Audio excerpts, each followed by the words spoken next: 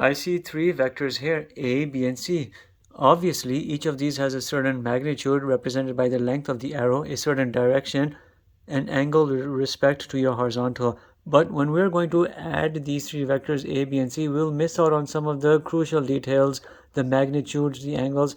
But for the purposes of fun, let's just add these and do it in a diagrammatic manner. How would we add these three vectors? Start here with A, try to replicate best as possible the length and the orientation of your arrows.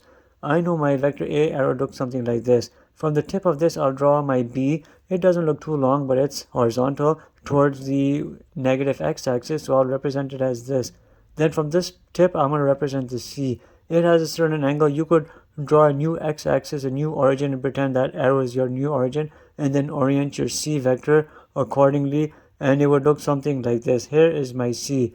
Now from the original origin point, connect to the end of that arrow, and this right here would represent your resultant. This resultant would be equal to the sum of these three vectors you see, A plus B plus C. And you know this resultant would have a certain length that would be giving you its magnitude. It would have a certain angle, and that would give you its orientation with respect to a reference horizontal. But here we've added these, and this right here represents the sum of your three vectors that you see over there.